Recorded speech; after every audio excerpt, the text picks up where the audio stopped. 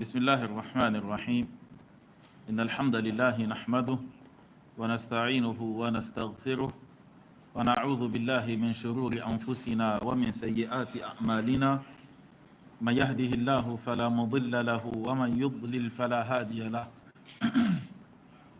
وأشهد أن لا إله إلا الله وحده لا شريك له وأشهد أن محمدا عبده ورسوله صلى الله عليه وعلى آله وصحبه ومن سن بسنته واقتفى أثره إلى يوم الدين يا أيها الذين آمنوا اتقوا الله حق تقاته ولا تموتن إلا وأنتم مسلمون يا أيها الناس اتقوا ربكم الذي خلقكم من نفس واحدة وخلق منها زوجها وبث منهما رجالا كثيرا ونساء واتقوا الله الذي تساءلون به والأرحام إن الله كان عليكم رقيبا يا أيها الذين آمنوا اتقوا الله وقولوا قولا سديدا يصلح لكم أعمالكم ويغفر لكم ذنوبكم ومن يطع الله ورسوله فقد فاز فوزا عظيما أما بعد فإن أصدق الحديث كتاب الله وخير الهدي هدي محمد صلى الله عليه وسلم وشر الأمور محدثاتها وكل محدثة بدعة وكل بدعة ضلالة وكل ضلالة في النار أما بعد فالسلام عليكم ورحمة الله وبركاته. Nous sommes donc aujourd'hui jeudi le 19 du mois de Al-Muharram qui correspond au jeudi 25 juillet 2024. Nous allons Inch'Allah entamer cette assise par l'étude du document Al-Wajiz fi fiqh sunnati wal kitab al-aziz. On était à la séance précédente sur le chapitre de l'ablution et plus précisément les obligations de l'ablution. Rappelez-moi où est-ce qu'on s'était arrêté.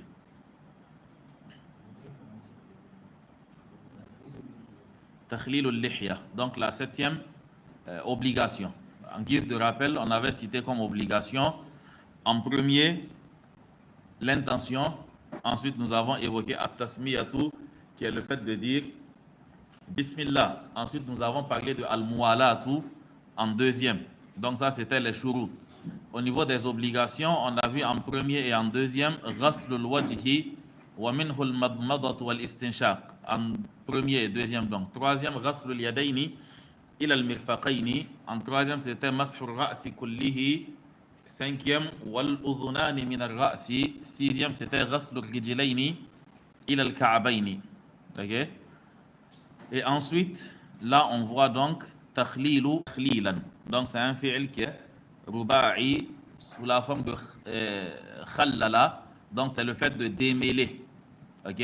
Le fait, par exemple, d'introduire les doigts dans quelque chose qui est entremêlé pour le démêler. Donc, takhlil al-lihya ici, c'est le fait d'introduire les doigts mouillés au niveau donc de la barbe. Donc, il nous dit que parmi les obligations, il y a takhlil al-lihya, le fait donc d'introduire ses doigts mouillés dans la barbe. Là, nous parlons d'une barbe, réellement barbe quoi. Nous ne parlons pas d'une barbe de 3 jours, bien d'une barbichette ou bien... Voilà. Une fois qu'on parle d'introduire les doigts mouillés dans la barbe, cela signifie que la barbe dépasse au moins l'épaisseur des doigts. Sinon, il ne s'agira plus d'introduire les doigts pour démêler la barbe. Okay? Là, les doigts risquent même d'entremêler la barbe. Donc, takhlil al-lihya, le fait de démêler la barbe avec les mains mouillées, ou les doigts mouillés. Cela est obligatoire. Sur quelle base? Il dit, li hadith Anas ibn Malik radiyallahu anhu, anna Rasulallah sallallahu alayhi wa sallama, kana idha tawadda'a akhadha kaffan min ma'in, فأدخله تحت هنكه فخلل به لحيته وقال هكذا أمرني ربي عز وجل. Anas ibn Malik رضي الله عنه, il rapporte que anna Rasulallah sallallahu alayhi wa sallam, que le prophète sallallahu alayhi wa sallam, kana idha tawadda'a, il avait pour habitude quand il faisait les ablutions, akhadha kaffan min ma'in, de prendre une poignée d'eau. C'est pas ça. Ok?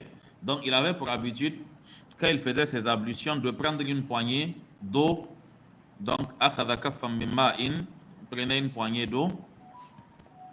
فَأَدْخَلَهُ et il faisait rentrer cette poignée d'eau تَحْتَ هَنْكِهِ en bas de son menton. Ok? Donc il prenait l'eau, il prenait une poignée d'eau et il faisait rentrer donc la poignée d'eau au niveau de son menton. فَخَلَّلَ بِهِ لِحْيَتَهُ et il démêlait donc avec cette eau prise dans sa main, il démêlait sa barbe. وَقَالَ et le prophète sallallahu alayhi wa sallam a dit هَكَذَا أَمَرَنِي رَبِّي c'est ainsi que mon Seigneur m'a ordonné de procéder. Donc sur cette base-là, quand on a une barbe touffue, pas une barbe que le simple lavage du visage couvre déjà, okay? Ce qui va au-delà, quoi. On doit s'arranger à faire passer les doigts dans cette barbe-là. Non. La 8e obligation, et ça va au-delà même de la 7e obligation, c'est takhlilu asabi' al-yadayni wa rijlayni. C'est le fait de laver l'intervalle, l'interstice qu'il y a donc entre les doigts et les orteils. Ok? Donc, takhlilu asabi' al-yadayni wa rijlayni. Le principe en arabe, c'est que al-usbu'u désigne aussi bien les doigts que les orteils. Donc, c'est le mudafun ilayhi qui nous dira s'il s'agit des doigts ou des orteils. Quand je dis asabi'ul yadi, donc ce sont là les doigts de la main. Je parle selon la logique arabe, quoi. En fait, et quand on dit asabi'ul rijli, c'est comme si on disait les doigts du pied, quoi. Donc les orteils, en fait. Ok? Donc il dit takhlilu asabi'il yadayni, le fait de démêler asabi'il yadayni, l'interstice donc qu'il y a au niveau des doigts, wa rijlayni, ainsi qu'au niveau des orteils. Liqawlihi sallallahu alayhi wa sallam. Cette pratique est obligatoire sur base donc du hadith du prophète sallallahu alayhi wa sallam où il a dit asbighil wudu'a. Asbighil wudu'a,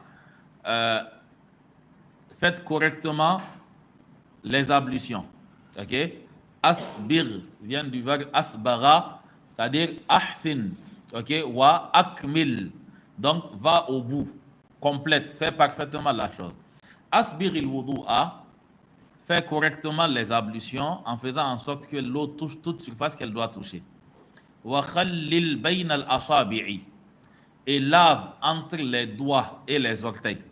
Wa baligh fil istinshaqi, et aspire avec vigueur l'eau. Al-istinshaqu, c'est le fait d'aspirer l'eau. Donc il dit wa baligh, donc pour dire exagère en aspirant l'eau. Wa baligh fil istinshaqi, et aspire l'eau avec vigueur. Illa an takuna sa'iman, sauf si tu es en état de jeûne. Donc quand on jeûne, là on ne doit pas aspirer l'eau d'une certaine manière parce qu'il y a le risque que l'eau se retrouve dans la bouche, que l'eau passe par la gorge. Donc hormis ce cas, le prophète sallallahu alayhi wa sallam, il dit wa baligh fil istinshaqi. Le précédent hadith de Anas est rapporté par Abu Daoud et Al-Bayhaqi, et ce dernier hadith est rapporté par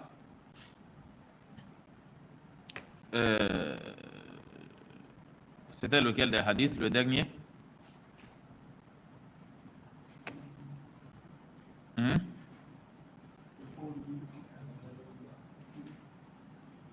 C'était lequel? C'est le troisième. Le troisième. Il ne le cite pas. Ou bien il nous renvoie à une précédente page.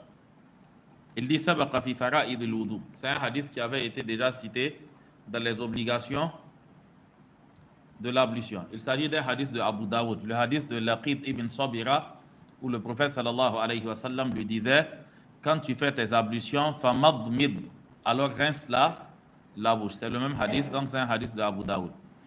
Naam. Ensuite, il nous dit wa an Abdullah ibn Mas'ud qala, il est rapporté de Abdullah ibn Mas'ud qu'il a dit qala Rasulullah sallallahu alayhi wa sallam. Le prophète sallallahu alayhi wa sallam a dit en guise de menace, après avoir constaté que les gens négligeaient le lavage des espaces qu'il y a, les intervalles qu'il y a entre les doigts ou encore les orteils, tout en sachant qu'il y a risque que l'eau ne touche pas ces parties-là. Le prophète, dans un hadith, il a dit « Waylul lil a'qabi minan nari » malheur aux talons, okay, parce qu'ils seront touchés par le feu. Là, c'est en ce qui concerne les talons, parce que là aussi, il y a risque qu'on oublie de faire passer la main là-bas. Maintenant, en ce qui concerne les orteils et les doigts, le prophète sallallahu alayhi wa sallam, il dit la tanhikunna al-asabi'a bit-tuhuri. Vous allez faire en sorte que l'eau des ablutions parvienne aux orteils et aux doigts, ou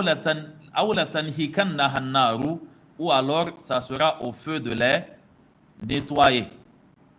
Qu'est-ce qu'on comprend à travers ces deux hadiths-là? C'est que la partie de l'ablution que l'eau ne touche pas, alors que l'eau doit toucher, alors ça sera au feu de corriger ce manquant-là. Et rien ne dit que quand le feu corrigera ce manquant, cela signifie que ta prière sera acceptée. Donc c'est juste pour dire que l'ablution mal faite a pour conséquence donc le feu.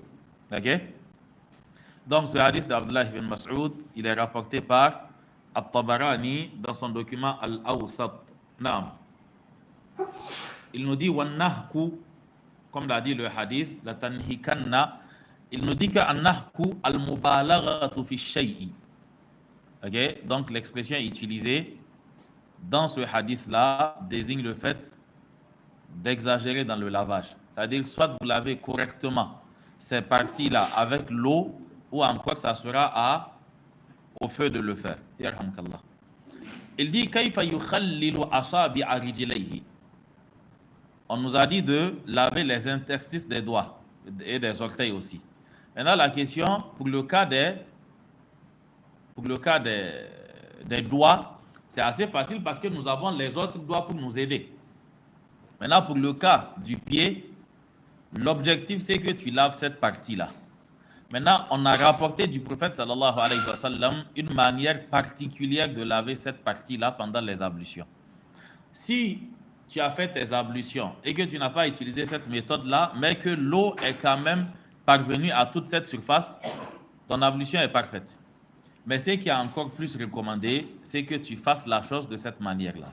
Quelle est la manière rapportée du prophète sallallahu alayhi wa sallam?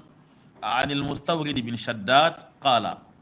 Al-Mustawrid ibn Shaddad, qui est un des compagnons du prophète sallallahu alayhi wa sallam, il dit Ra'aytu Rasulallah sallallahu alayhi wa sallam tawadda'a.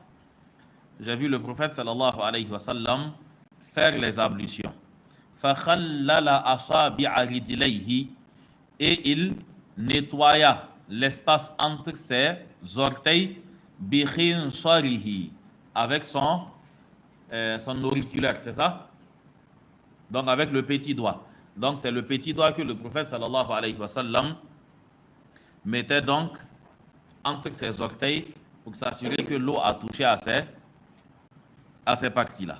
Donc il s'agit là du dernier élément que l'auteur du document nous cite comme étant obligatoire dans la prière,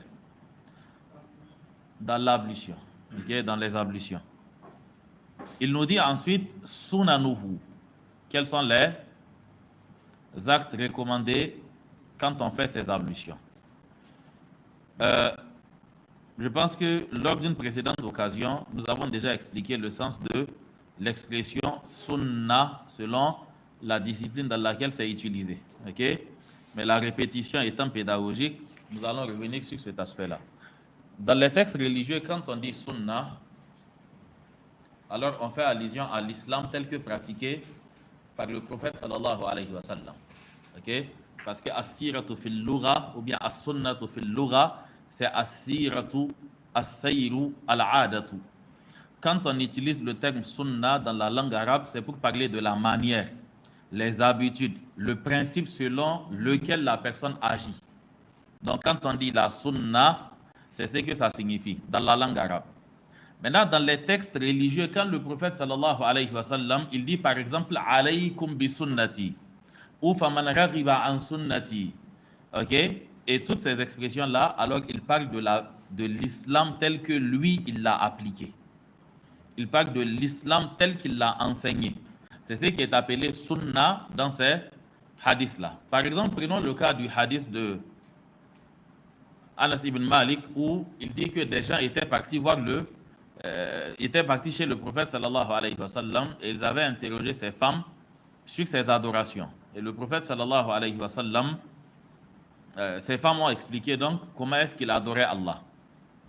Suite à cela, ces trois hommes ont pris des résolutions quant à leur manière d'adorer Allah, parce qu'ils disent que le prophète sallallahu alayhi wa sallam, lui, Allah lui a déjà tout garanti.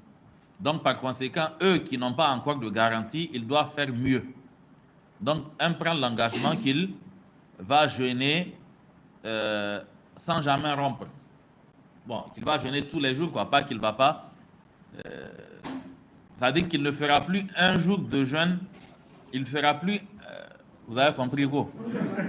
Je continue. Vous avez compris? Ce n'est pas pour dire qu'il va commencer à jeûner, qu'il ne va plus manger jusqu'à mourir, pas dans ce sens-là.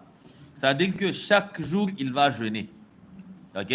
Tant qu'il s'agit d'un jour légal de jeûne, il va le jeûner. Il dit qu'il ne va plus passer une journée sans le jeûne. Un autre dit, je vais prier toutes les nuits. C'est-à-dire que chaque nuit, il va se lever pour prier. Ok? Ou bien toute la nuit carrément. Un autre, lui, il va encore plus loin. Lui, il dit, moi, je ne vais pas me marier. Et ensuite, l'information est parvenue au prophète sallallahu alayhi wa sallam et le prophète les a interpellés. Il leur a demandé, est-ce vous qui aviez dit ceci et cela? Donc, ils ont répondu que oui. Le prophète sallallahu alayhi wa sallam, il dit, en ce qui me concerne, moi, asumu wa uftir. Ok? Asumu wa uftiru. Je jeûne souvent et souvent je ne jeûne pas. Ok? Il dit, wa usalli wa arqudu. Je prie la nuit et je me couche aussi. Il dit wa atazawwaju nisaa. Et je me marie. Vous voyez que le prophète sallallahu alayhi wa sallam leur dit, c'est que vous refusez de faire, moi je le fais. Okay? Et il leur dit, faman raghiba an sunnati falaysa minni. C'est lui qui se détourne de ma sunna, ne fait pas partie des miens. Vous voyez qu'ici, dans ses propos, le prophète sallallahu alayhi wa sallam, il ne parlait pas d'actes facultatifs ou d'actes méritoires ou autres. Il parle plutôt de lui, sa manière d'adorer Allah. Quiconque adore Allah d'une autre manière, selon une autre logique que la sienne, le prophète sallallahu alayhi wa sallam, il dit que cette personne ne fait pas partie des miens. Donc, dans ce texte religieux, l'expression sunna désigne l'islam tel que pratiqué par le prophète sallallahu alayhi wa sallam. D'où le fait qu'on retrouve dans les textes, dans les documents de Aqidah et autres, prenez les chaises qui sont dehors. Ok? Donc, dans les textes religieux et autres, on retrouve des expressions telles que, comme carrément le début de Sharh al-Sunnah de Al-Barbahari, quand il disait « I'lam anna al-Islama huwa as-sunnatu wa as-sunnata hiya al-Islamu wa la yaqumu ahaduhuma illa bil-akhar » Il dit « Sache que l'islam est la sunna et la sunna est l'islam et l'un ne tiendra pas sans l'autre. » Donc, dans les textes religieux, quand on parle de sunna, il s'agit de l'islam du prophète sallallahu alayhi wa sallam. Quand il dit sa sunna, c'est l'islam tel que lui, il l'a pratiqué. Okay? Ensuite, quand on se retourne maintenant dans les autres disciplines, c'est-à-dire nous avons le sens de la sunna, maintenant dans les textes, dans les différentes disciplines, les savants ont donné des définitions à la sunna, juste en vue d'expliquer certaines logiques. Le rôle serait de prendre l'explication,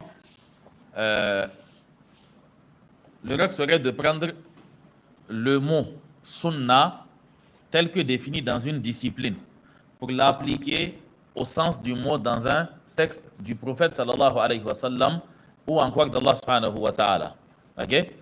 Quand on prend par exemple chez les savants de hadith, pour le savant de hadith, ce qu'on appelle sunna, c'est tout ce qui n'est pas dans le Coran.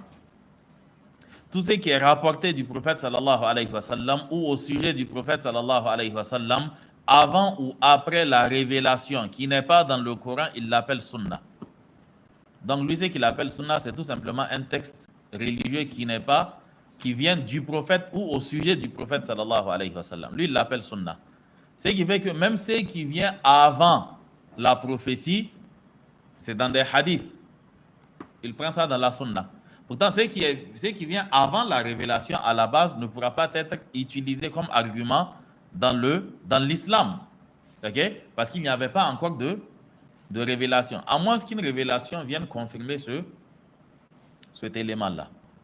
Quand on prend le savant de Usul, lui, il considère que la sunna, c'est le texte qui vient du prophète sallallahu alayhi wa sallam et qui peut être utilisé comme argument dans une sentence.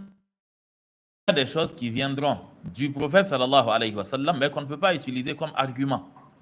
Soit parce que le prophète sallallahu alayhi wa sallam, il ne l'a pas fait dans le sens de dans l'objectif de légiférer. OK? Mais c'est plus une coïncidence. Le prophète sallallahu alayhi wa sallam, lors d'un voyage, il passe par un point précis, tel jour précisément, sans qu'il n'ait planifié la chose. Mais c'est ce jour-là qu'il est passé là-bas. Tu ne pourras pas prendre cet élément comme un argument pour dire que quand tu voyages, tu dois faire en sorte de passer à tel point précisément, tel jour, comme le prophète sallallahu alayhi wa sallam est passé par là-bas. Donc pour le savant en usul, ce texte-là ne peut pas être utilisé comme argument. Ok? Maintenant, quand on prend le cas du savant, le faqih, chez les fuqaha, quand il parle de sunna, c'est ma la yu'aqabu tarikuhu wa yuthabu fa'iluhu. C'est l'acte dont l'auteur est récompensé et celui qui le délaisse n'est pas blâmé. Celui qui le fait est récompensé et celui qui le délaisse n'est pas blâmé. L'erreur des gens souvent, c'est qu'ils prennent cette définition du faqih, de la sunna, pour l'appliquer au texte religieux. Okay? Pourtant, les savants, ils font attention à ces termes-là. C'est pour cela que Ibn al-Qayyim, dans son document I'lam al-Muwaqqi'in ar-Rabb al-Alam siècle, on ne doit pas comprendre les textes religieux sur cette. Prenez le terme makruhun. Makruhun, chez les salaf, les premiers musulmans, makruhun est synonyme de haram.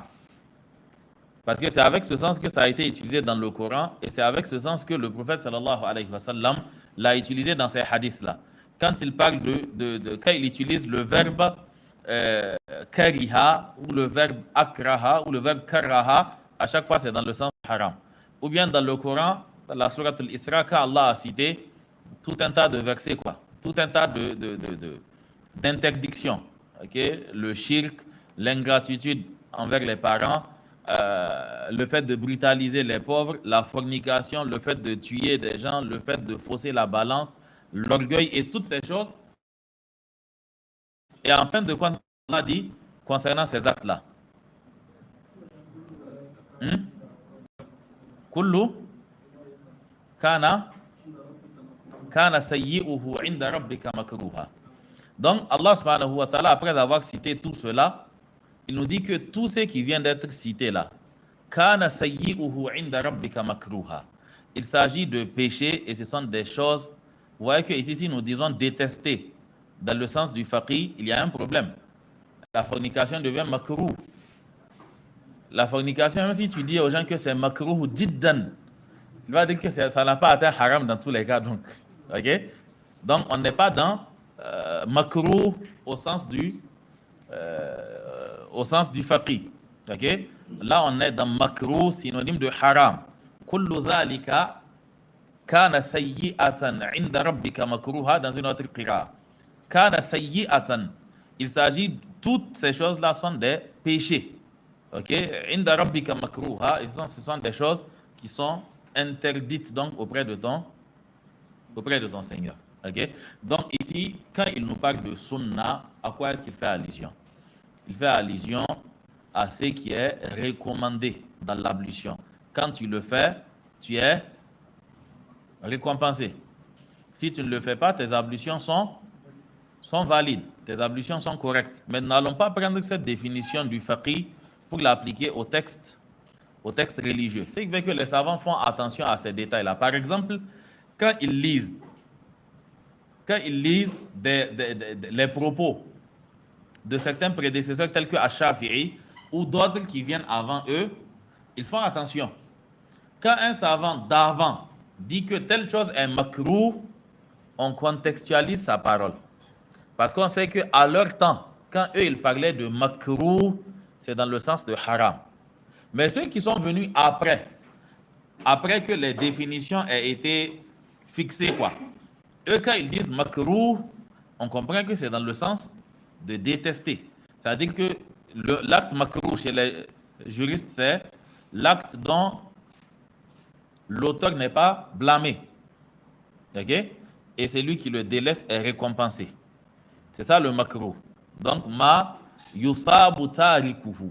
C'est lui qui le délaisse. C'est-à-dire que c'est lui qui évite le makruh, il est récompensé. Wala yudhammu aw wala yu'aqabu fa'iluhu. Et on ne sanctionne pas, on ne blâme pas, c'est lui qui le fait. C'est makruh, c'est pas haram. S'il le fait, il n'a pas de péché. Mais s'il le délaisse, il est récompensé. Donc c'est le contraire de quoi? C'est le contraire de ce qui est mustahab. Parce que le mustahab, on récompense celui qui le fait et on ne sanctionne pas celui qui le laisse. Maintenant, le makruh, on ne sanctionne pas. C'est lui qui le fait et on récompense celui qui le délaisse. Ok? Non. Donc, ici, quand il nous dit sunanuhu, le hu concerne qui?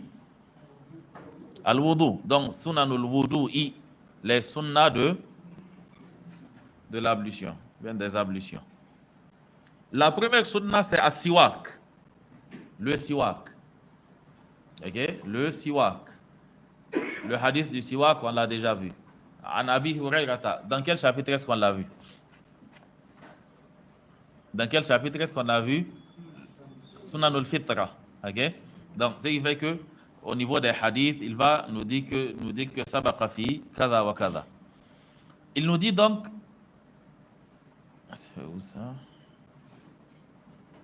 Naam, as-siwaku an Abi Hurayrata radiyallahu anhu qala qala Rasulullah sallallahu alayhi wa sallam lawla an ashqa ala ummati la amartuhum bis-siwaki ma'a kulli wudu'in. Lawla an ashqa ala ummati. N'aurait été ma peur de causer de la gêne à ma communauté, la amartuhum bis-siwaki. Alors que j'aurais ordonné le siwak, je leur aurais ordonné le siwak, les gens de ma communauté, ma'a kulli wudu'in. À chaque ablution, je leur aurais ordonné le siwak. Donc, le prophète sallallahu alayhi wa sallam, il ne l'a pas ordonné. Mais qu'est-ce qu'on tire de sa parole? C'est que c'est très recommandé. Ok? Il n'est pas allé au-delà de la recommandation. Il n'a pas atteint le niveau d'obligation. Il ne l'a pas rendu obligatoire à cause de la gêne que cela aurait causé donc aux gens de sa communauté. Le deuxième acte qui est sunna, qui est recommandé dans les ablutions, c'est ghaslul kaffayni thalathan fi awwalil wudu'i. C'est le lavage des mains 3 fois au début de l'ablution. Ok? Ghaslul kaffayni afwan. Ghaslul kaffayni, le fait de laver les mains thalathan, à 3 reprises fi awwalil wudu, au début de l'ablution. Ok? Il dit lima thabata an Uthmana, à cause donc du hadith qui a été rapporté de Uthman, fi hikayatihi li wudu'in nabiy sallallahu alayhi wa sallam, quand il rapportait les ablutions du prophète sallallahu alayhi wa sallam, il a rapporté que annahu ghasala kaffayhi thalathan. Donc là, il nous parle du hadith de Humran Mawla Uthman, okay, où le hadith qu'on a cité au tout début du chapitre, où le prophète sallallahu alayhi wa sallam, il a demandé qu'on lui amène un récipient d'eau. Il a fait ses ablutions et puis jusqu'à la fin. Donc il dit que dans ce hadith, il a été rapporté que le prophète sallallahu alayhi wa sallam a lavé ses mains 3 fois. Pourquoi est-ce que cet acte n'a pas été recensé par l'auteur dans les obligations? C'est pour 2 raisons. La première raison, c'est que pour les autres actes de l'ablution, vous avez soit un verset qui dit telle chose est obligatoire, ou vous avez un hadith qui vient dans le sens dans le sens impératif, quoi. Ok, faites telle chose. Lavez-vous la bouche ou rincez-vous, nettoyez-vous les narines. Vous avez le verset qui rend obligatoire le lavage du visage ainsi que le lavage des mains. Vous avez le verset qui rend obligatoire l'essuyage de la tête. Les hadiths qui viennent appuyer le cas des oreilles. Et vous avez aussi le cas des pieds qui est évoqué dans le verset. Maintenant, le cas des mains ne figure pas dans ce contexte-là. Mais sauf que pour le cas des mains aussi, nous avons deux hadiths qui pourraient le rapprocher de l'obligation, surtout dans certains cas. Le premier hadith, c'est le hadith dans lequel le prophète sallallahu alayhi wa sallam, en parlant du cas spécifique de celui qui se réveille, c'est-à-dire celui qui était endormi, quand il se réveille, le prophète sallallahu alayhi wa sallam, il dit que la personne lave ses mains 3 fois avant de les introduire dans l'eau. Ok?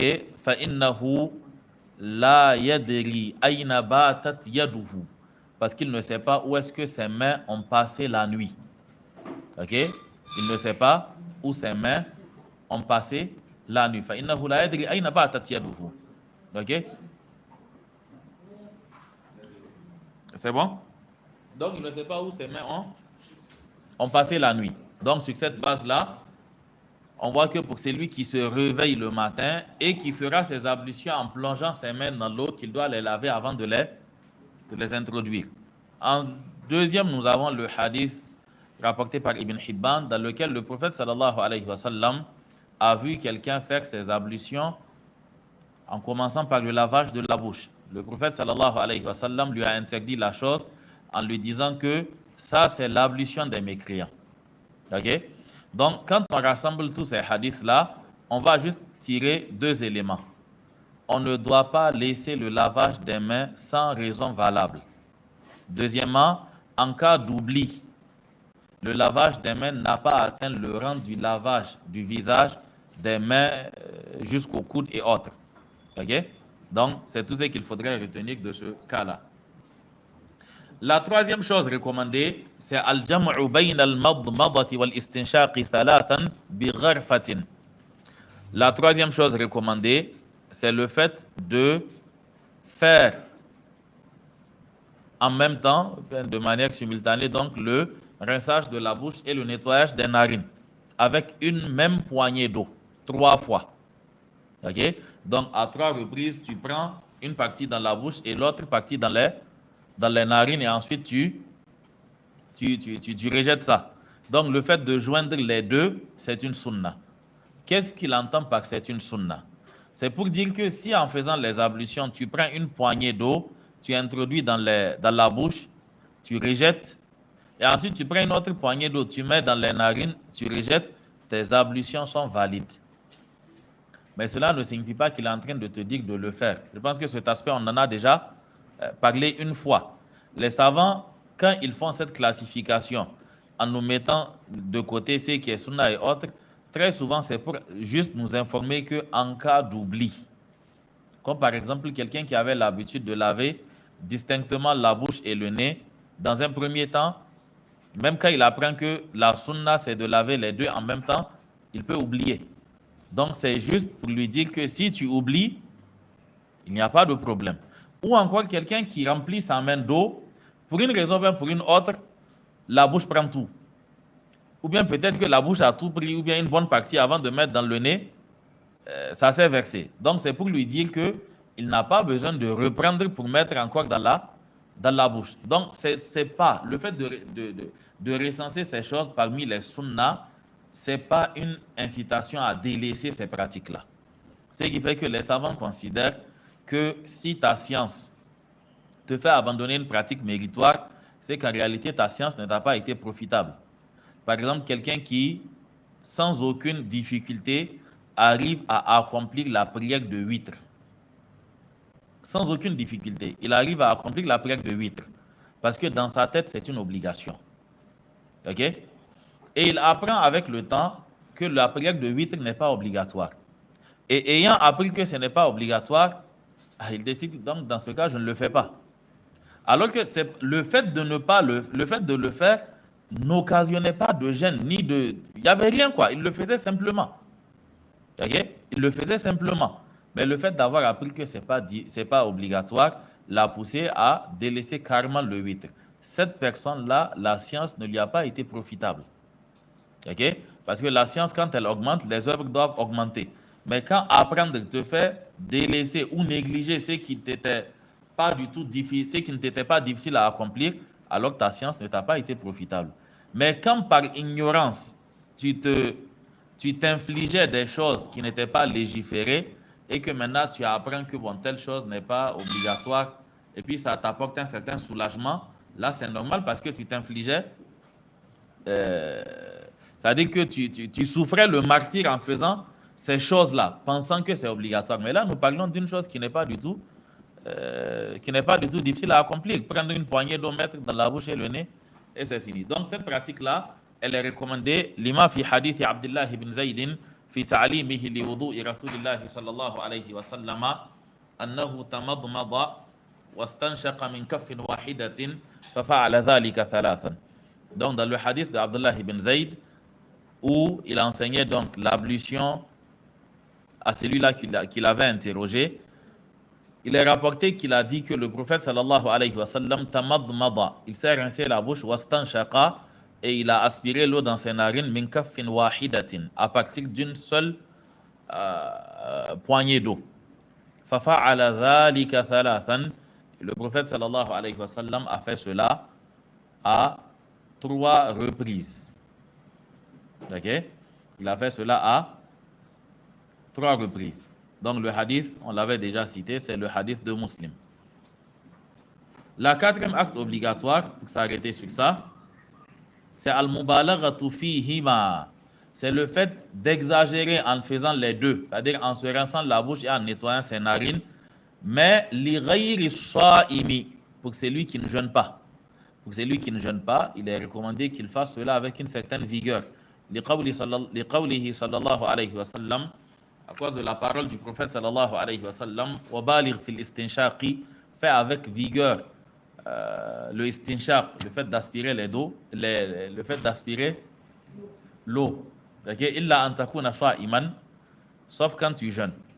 On a déjà vu ce hadith-là.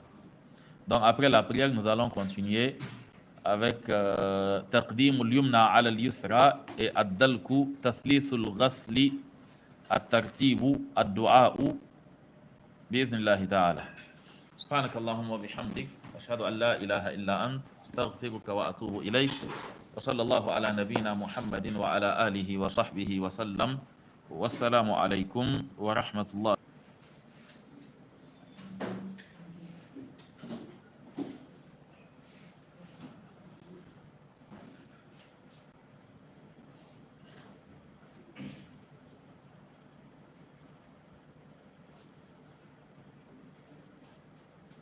J'attends.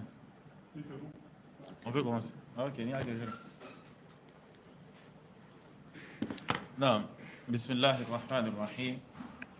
Alhamdulillah. Wassalatu wassalamu ala Rasulillah. Wa ala alihi wa sahbihi wa man wala. Ma ba'du. Assalamu alaykum wa rahmatullahi wa barakatuh. On continue donc avec le même document Al-Wajiz. On s'était arrêté sur taqdim al-yumna ala al-yusra.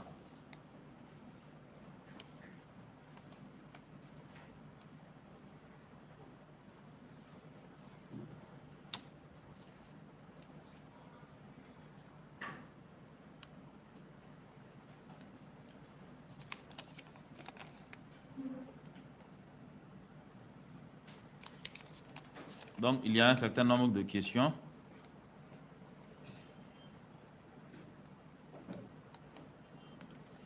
Il y a un certain nombre de questions. On répond à certaines et on avance, Inch'Allah. Donc, la première question dit, qu'en est-il des ablutions dans les douches, spécifiquement en utilisant les lavabos? Je pense que cette question, on l'a traitée plus d'une fois. Ok? Il ne s'agit pas d'appeler des parties d'une maison toilette pour donner un verdict définitif sur le statut des ablutions dans ce lieu-là. Si vous appelez ce lieu toilette et qu'il y a un bocal dans lequel on fait les besoins et ensuite on appuie sur un bouton qui fait partir l'impureté, faire ces ablutions au niveau des lavabos n'a rien d'interdit. La même chose quand les toilettes sont compartimentées. Cela se voit surtout dans les toilettes publiques et autres, où dès que vous entrez, vous avez les toilettes ou bien les lavabos qui sont alignés. Et maintenant, vous avez les WC, où il faut ouvrir une porte maintenant pour rentrer dans les WC. Faire ces ablutions à ces endroits n'est pas du tout interdit. Maintenant, si vous avez des toilettes où on urine, là où on se tient pour faire même ces ablutions, alors c'est là que la question se pose. Quand vous faites vos besoins au niveau du WC, vous tirez la chasse, cela ne rend pas les ablutions dans ce lieu interdit. On avait cité comme entre autres raisons le fait que le prophète sallallahu alayhi wa sallam, comme cela se faisait même dans nos traditions avant, la nuit, les gens ne sortaient pas pour se rendre aux toilettes. Les besoins étaient faits dans des seaux. Maintenant, le matin, on part déverser cela. Cela était fait au temps du prophète sallallahu alayhi wa sallam, dans la chambre même du prophète sallallahu alayhi wa sallam. Cela ne rendra pas le fait d'évoquer Allah en ce lieu-là interdit. Donc, il faudrait juste faire la part des choses quand on parle de toilettes. Cela dépend des toilettes. Donc, ce n'est pas le nom toilette qui nous dira quel est le statut des ablutions là-bas, mais c'est plutôt la configuration des toilettes. Quand la partie où on fait les ablutions, c'est juste utilisé par exemple pour se doucher, juste se doucher. Et maintenant, tu as des lavabos à côté. Tu fais tes ablutions là-bas sans aucun souci. Tout comme tu ferais le grand lavage là-bas sans aucun souci. Ensuite, la deuxième question. Donc, la question nous ramène un peu en arrière par rapport à une règle qu'on avait expliquée ici. La règle nous disant que une pratique que le prophète sallallahu alayhi wa sallam a faite sans qu'on ait rapporté qu'il l'a délaissé une seule fois dans le cadre de l'ablution ou des prières, alors que cela est une obligation. C'est bien ce qu'on avait dit. Mais ce n'est pas ça seulement qu'on avait dit. Parce que le cas des ablutions diffère légèrement du cas de la prière. Les savants disent que kayfiyatul ghasli laysat wajiba. La manière de laver le membre, ce n'est pas cela l'obligation. L'obligation, c'est que l'eau parvienne aux différentes parties. Alors que quand on prend, dans le cas de la prière, nous avons clairement « Sallu kama ra'aytumuni usalli ». Mais pour le cas des ablutions, les savants ont apporté un certain nombre d'allègements.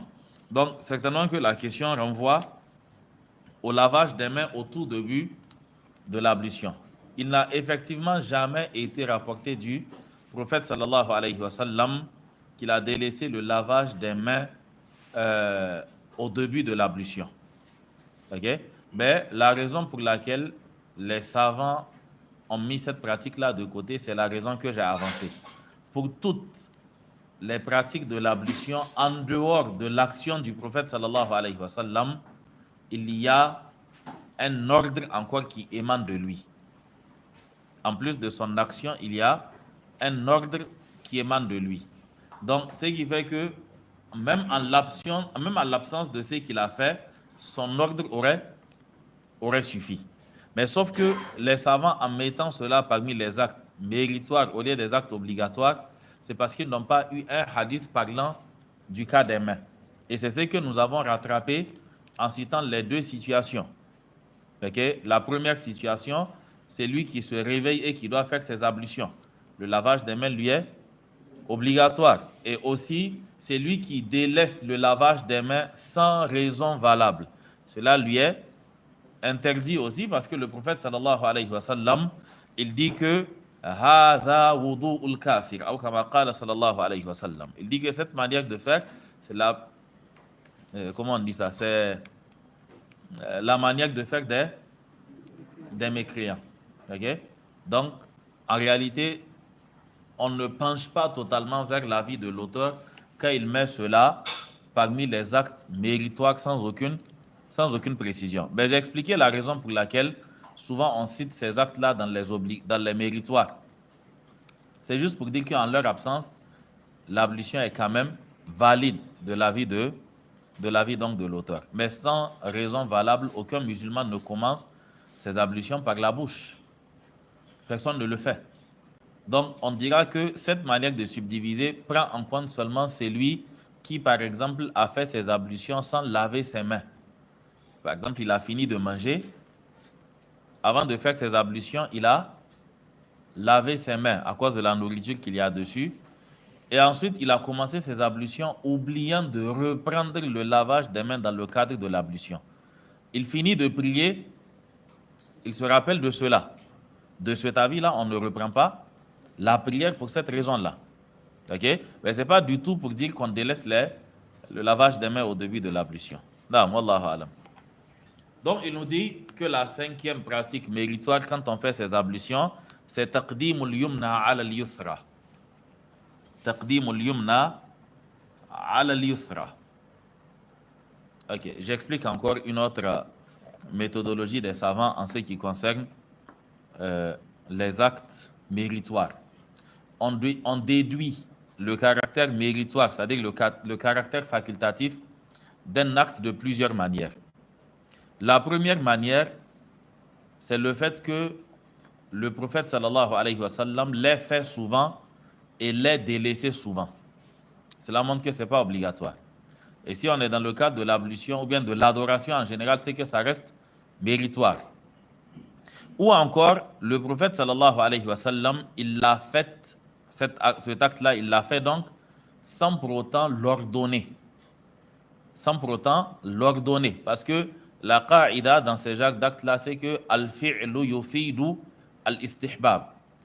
L'action brute exprime la recommandation, le caractère recommandé de la chose. Tout comme al-amr yufidu al-wujub. Tout comme l'ordre exprime le caractère obligatoire. Ok? Donc, ce qui fait que souvent, vous allez voir, il va dire que telle chose est méritoire. Et la preuve qu'il va citer, c'est que le prophète sallallahu alayhi wa sallam a fait cette chose-là. Mais il ne va pas se baser sur l'action simple pour dire que c'est obligatoire. Le prophète sallallahu alayhi wa sallam l'a fait, il ne l'a pas ordonné.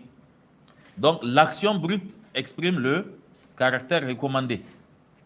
Et maintenant, s'il joint la parole maintenant à l'acte, là, ça deviendra autre chose, quoi. L'autre manière de déduire le caractère méritoire de la chose, c'est le fait que de manière claire, le prophète sallallahu alayhi wa sallam, il ordonne une chose, par exemple, et qu'ensuite, dans un autre texte, il montre que c'est ce qui est mieux. Donc, pour expliquer que son ordre qu'il avait donné, c'était pas un ordre contraignant, quoi. C'était une recommandation et non pas une obligation. Ici, par exemple, il nous dit qu'il est recommandé de commencer par le côté droit. Taqdimul yumna ala al-yusra. Commencer par la droite avant la gauche. Les hadiths Aïshata, à cause du hadith de Aïshata radiyallahu anha. Aïcha nous dit que kana Rasulullah sallallahu alayhi wa sallam yuhibbu tayamuna.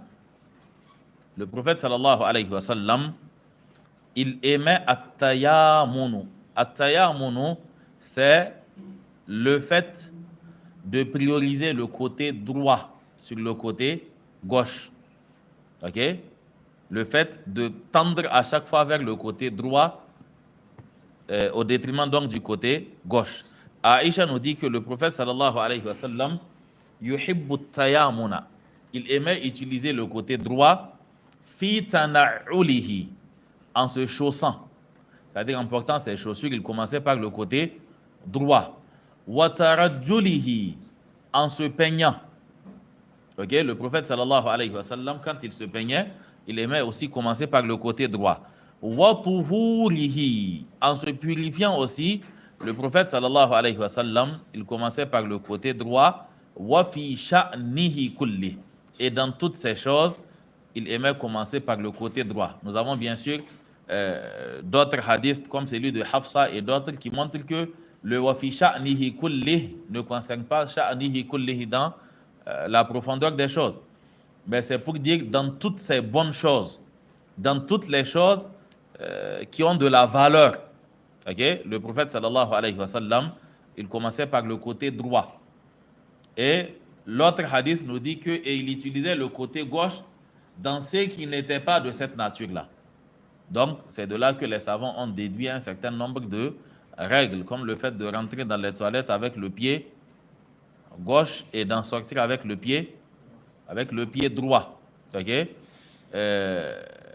Donc, pour faire le contraire de ce qu'on fait en rentrant dans les mosquées, Anas ibn Malik nous dit que dans la sunna, on rentre avec le pied droit dans la mosquée et on sort avec le pied gauche. Okay? Ici, il nous cite cette pratique-là comme étant une pratique méritoire. Ce n'est pas pour dire que dorénavant, dans Jean Wada, tu vas commencer à laver le côté, c'est-à-dire que tu laves le côté gauche en premier. Et maintenant, si on te demande mais pourquoi, tu dis que non, on a dit que c'est juste recommandé. Ok? Tu n'as jamais vu quelqu'un commencer par le côté gauche. Mais c'est pour te dire que si par oubli, tu laves le pied gauche avant le pied droit, tu n'as pas à reprendre le lavage des pieds. Si tu laves la main gauche avant la main droite, tu n'auras pas à reprendre. Ok? Cela est correct.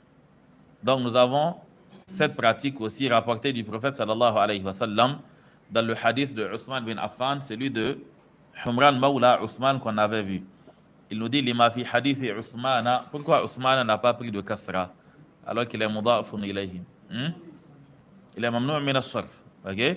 Lima fi hadith Ousmane fi hikayatihi li wudu'i an-nabi sallallahu alayhi wa sallam annahu ghasala al-yumna thumma al-yusra. Le 6. La sixième pratique méritoire quand on fait ces ablutions, c'est ad-dalku. Ad-dalku, c'est le fait de frotter. Ad-dalku, c'est le fait de frotter. Qu'est-ce qu'on entend par ad-dalku est recommandé. Ce n'est pas pour dire que tu peux prendre un tuyau, c'est-à-dire que tu mets tes mains comme ça, okay? Ensuite tu mets dans la bouche le nez. Bon, dans tous les cas, là-bas, il n'y a pas de dalku. Et maintenant, pour le visage, tu prends un tuyau, ce n'est pas ce qu'on veut dire. Mais on ne te demande pas, on n'exige pas de toi que ta main passe sur toute la surface dont le lavage est obligatoire. C'est-à-dire qu'en lavant le visage, on n'exige pas de toi que ta main ou que la paume de ta main passe sur toute la surface du visage. Si l'eau a comment on va dire ça? Si l'eau a touché, non, si l'eau s'est répandue sur la surface, ok, sans qu'on ait à frotter, peut-être parce qu'on a commencé par le haut, si l'eau a atteint la surface, c'est fini, ok, c'est-à-dire que tu as pris une poignée d'eau, tu as lavé ton visage et l'eau a effectivement touché tout le visage. On ne te dira pas que non, ta main n'est pas passée à tel endroit, ok. Donc, il dit les hadiths Abdullah ibn Zaydin, anna nabiyya sallallahu alayhi wa sallam utiya bi thuluthay muddin fatawadda'a faja'ala yadluku dhira'ayhi. Naam. Donc, il est rapporté du prophète sallallahu alayhi wa sallam qu'il a, dans le hadith d'Abdullah ibn Zayd, on amena au prophète sallallahu alayhi wa sallam bi thuluthay muddin, 2 tiers de moud. Ok, le moud qui équivaut à quoi? À la capacité des 2 mains jointes. Donc, on apporta au prophète sallallahu alayhi wa sallam thuluthay muddin. Thuluthay, ça fait combien? 2 tiers. As-thuluthu, 1 tiers. As-thuluthani, 2 tiers. Maintenant, as-thuluthani, ici, il est majrour à cause du bas. Donc, bi thuluthayni.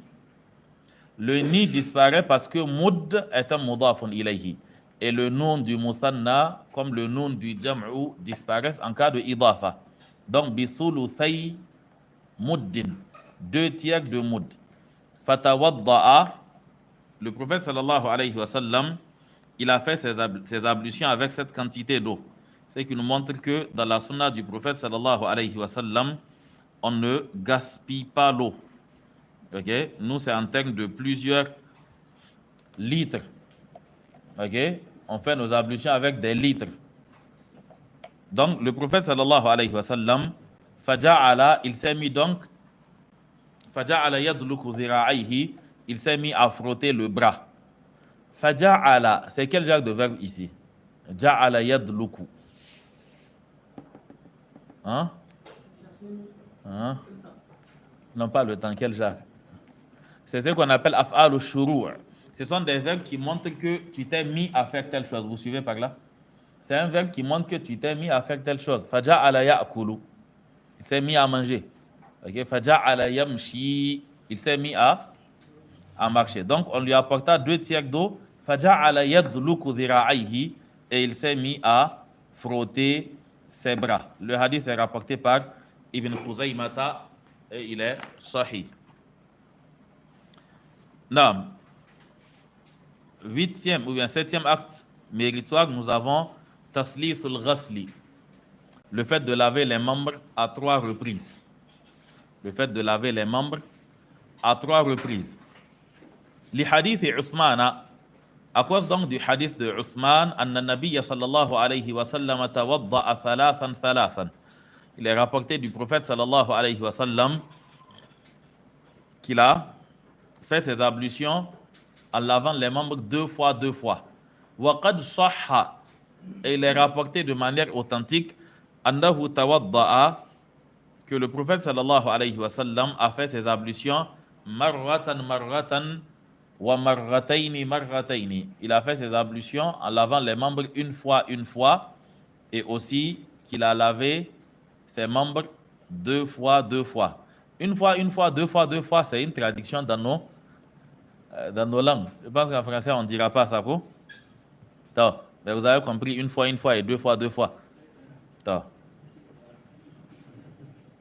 Donc, il a lavé ses membres chacune 2 fois, ou chacune 1 fois.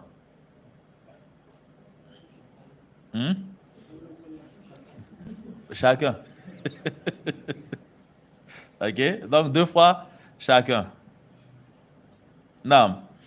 Le hadith est rapporté par Imam al-Bukhari, Abu Daoud, At-Tirmidhi et d'autres. Il dit wa yustahabbu tikraru mashi ar-ra'si ahyanan. Il est recommandé de répéter le lavage du visage souvent. OK? Lima sahha an Uthman annahu tawadda'a. À cause donc du hadith authentique rapporté de Uthman où il a fait ses ablutions famasaha ra'sahu thalathan. Et il essuya la tête 3 fois. Waqala, et il dit ra'aytu Rasulallahi sallallahu alayhi wa sallam tawadda'a hakadha. J'ai vu le prophète sallallahu alayhi wa sallam faire ses ablutions de cette manière, et le hadith est rapporté par Abu Daoud et il a été déclaré hasanun sahihun dans Sahih Sunani Abi Daoud. Ok? 8e acte méritoire, c'est at-tartibu. At-tartibu, le fait de laver les membres les uns après les autres. Ok? Avant de rentrer dans at-tartib ou bien dans ce qu'il a écrit ici, le tartib déduit sa nature obligatoire, que c'est obligatoire en se basant sur le hadith ibda'u bima bada Allahu bihi. Commencez par ce dont Allah a commencé. Commencez par ce qu'Allah a commencé plutôt. Commencez par ce qu'Allah a commencé. Ce hadith, vous le rencontrez dans Boulough al-Maram et d'autres. Mais il y a 2 précisions à faire dans ce hadith-là. Al-Hafidh ibn Hajar, quand il citait le hadith, il n'a jamais dit que le hadith concernant les ablutions. Le hadith concernait en réalité inna as-safa wal marwata min sha'airillah. Faman hajja al-bayta aw i'tamara fala junaha alayhi an yatawafa bihima. Le hadith concerne Safa et Marwa. quand la question s'est posée, on commence par lequel? En faisant le sa'i entre les deux. Donc, c'est dans ce cadre que le hadith est cité. Ça, c'est la première chose. Deuxièmement, ce hadith, avec ce lafz, commencer par ce qu'Allah a commencé, le hadith n'est pas authentique. La version authentique, c'est Abda'u bima bada Allahu bihi. Je commence par ce qu'Allah a commencé. Donc, qu'est-ce qui s'est passé? Ibda'u bima bada Allahu bihi, certains l'ont généralisé. Ok?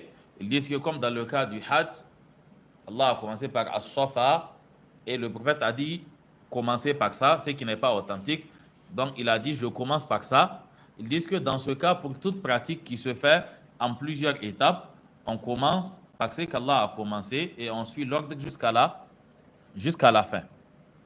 Mais cela ne tient pas pour deux raisons. La première raison en arabe, c'est que le harfu, le wa wal atfi, la yufidu tartib.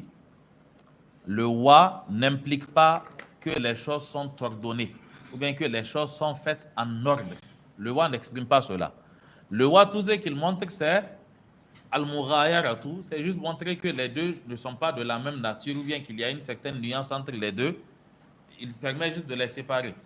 Si c'était un summa ou un fa, là oui, on allait dire qu'il y a le tartib. Et deuxièmement, c'est que pour certains actes, nous avons des textes clairs qui montrent que tel que c'est cité, ce n'est pas ainsi qu'on le veut. Il y a eu un taqdim et un ta'khir. Donc, ce principe-là, on ne peut pas l'appliquer partout. Le prophète l'a dit, disons, dans le cadre de Safa et Marwa, donc ça reste dans ce cadre-là. Maintenant, at-tartibu.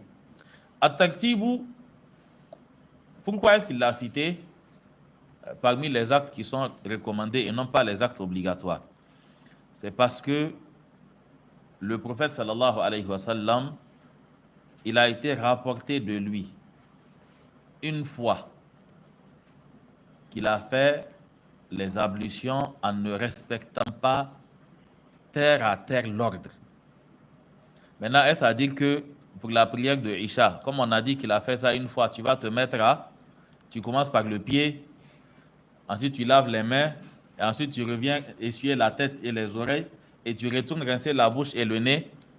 Et maintenant, comme il reste deux, le visage et les mains, pour encore davantage mélanger les choses, tu ne suis plus l'ancienne logique, tu commences maintenant par les mains et tu reviens laver le visage. Ce n'est pas du tout ce qui est voulu.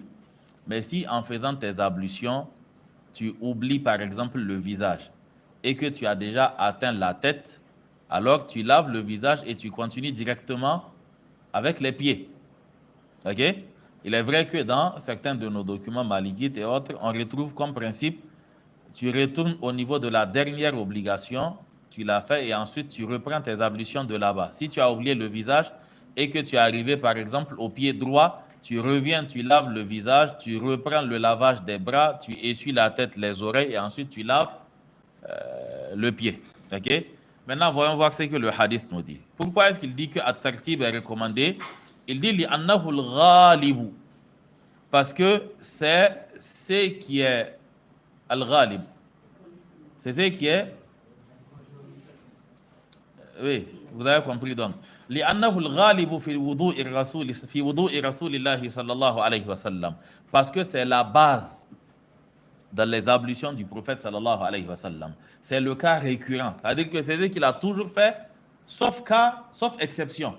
Et les exceptions, les différents cas où cela a été rapporté de lui, tu'addu ala al-asabi'. Ce sont des cas qu'on peut compter sur les doigts d'une seule main, quoi, si on arrive à trouver plus d'un cas, bien sûr. Ok? Donc, li'annahu al-ghalibu, c'est ce qui est le plus fréquent, le plus répandu dans les ablutions du prophète sallallahu alayhi wa sallam, kama hakahu man haka wudu'ahu, comme cela a été rapporté de ceux qui ont rapporté ces ablutions. Ok, les grands d'entre eux comme Ousmane bin Affan, Ali bin Abi Talib, Abdullah bin Zayd et d'autres, ils ont tous rapporté cette manière-là. L'ordre est toujours respecté. Non, vas-y. Le Si ça? Non, dans ce genre de cas, le ifrad, le tasniya, le jamou ne compte pas. même quand c'est maintenu au singulier, on regarde le contexte, quoi. Ok? Kama hakahu man haka wudu'ahu. Comme cela a été rapporté par celui qui a rapporté, par ceux qui ont rapporté ses ablutions. Ok? Le man hakahu ici, c'est carrément le fa'il. Ok? Kama hakahu man haka wudu'ahu. Comme cela a été rapporté par ceux qui ont rapporté ces ablutions. Comme cela a été décrit par ceux qui ont décrit ces ablutions. Lakinnahu, lakinna exprime quoi?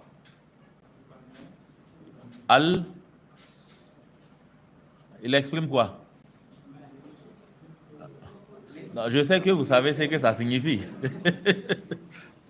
C'est la règle, je vous demande. Lakinna tufidul istidrak.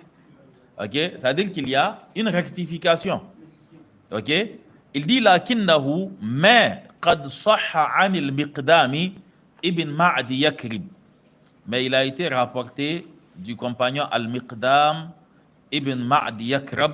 Ok, souvent, Ma'di Yakrib, souvent vous retrouvez le nom autrement dans certains documents, quoi. Comme Ma'di Yakrib. Ala kulli hal, le nom est mamnou min as-sarf à l'image des noms qui sont murakkaba comme Hadramaut et autres.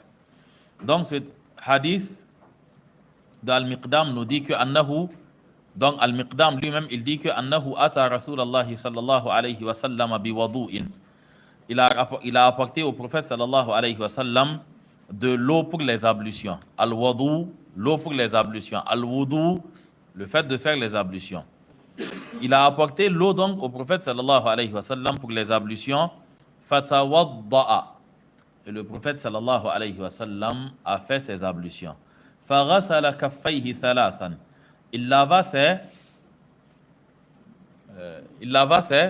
mains 3 fois. Wa ghasala wajhahu thalathan. Il lava le visage 3 fois. Thumma ghasala dhira'ayhi thalathan. Ensuite, il lava ses bras 3 fois. Thumma tamadmada wastanthara. Ensuite, il rinça la bouche et nettoya les narines 3 fois. Thumma masaha bi ra'sihi wa udhnayhi. Et ensuite, il essuya sa tête wa udhnayhi ainsi que ses oreilles. Al-hadith, pour nous dire que le hadith n'est pas fini ici, mais nous avons déjà la partie qui nous intéresse. Le hadith est rapporté par Abu Daoud et il est sahihun. Donc, sur base de ce hadith-là, c'est lui qui oublie, il n'a pas à reprendre. Sur base de ce hadith aussi, c'est lui qui le fait exprès, on n'a pas à lui demander de reprendre. Mais sur base aussi du fait que ce hadith soit une exception, pas la règle. C'est-à-dire que même si l'envie de faire Wandan Karambani te prend comme ça, fais ça une seule fois. Ok? C'est-à-dire qu'une seule fois dans ta vie, même si tu dois le faire, il ne faut pas aller dire que non, c'est une sunna souvent de mélanger l'ordre. Ce n'est pas comme ça on déduit les sunnas. Ok? Souvent, certaines choses, Allah subhanahu wa ta'ala fait que ça arrive dans le sens de l'assouplissement. C'est-à-dire que le prophète sallallahu alayhi wa sallam, il peut arriver que dans une prière, il lise dans la deuxième rakat la sourate qu'il a lue dans la première rakat. Mais ce n'est pas la sunna. La sunna, c'est de lire des sourates, des versets qui sont différents.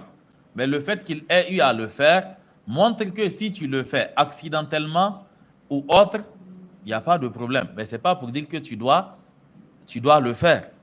Ok? Naam, Allahu a'lam. La 9e pratique recommandée quand on fait ces ablutions, c'est ad-du'a ou ba'dahu.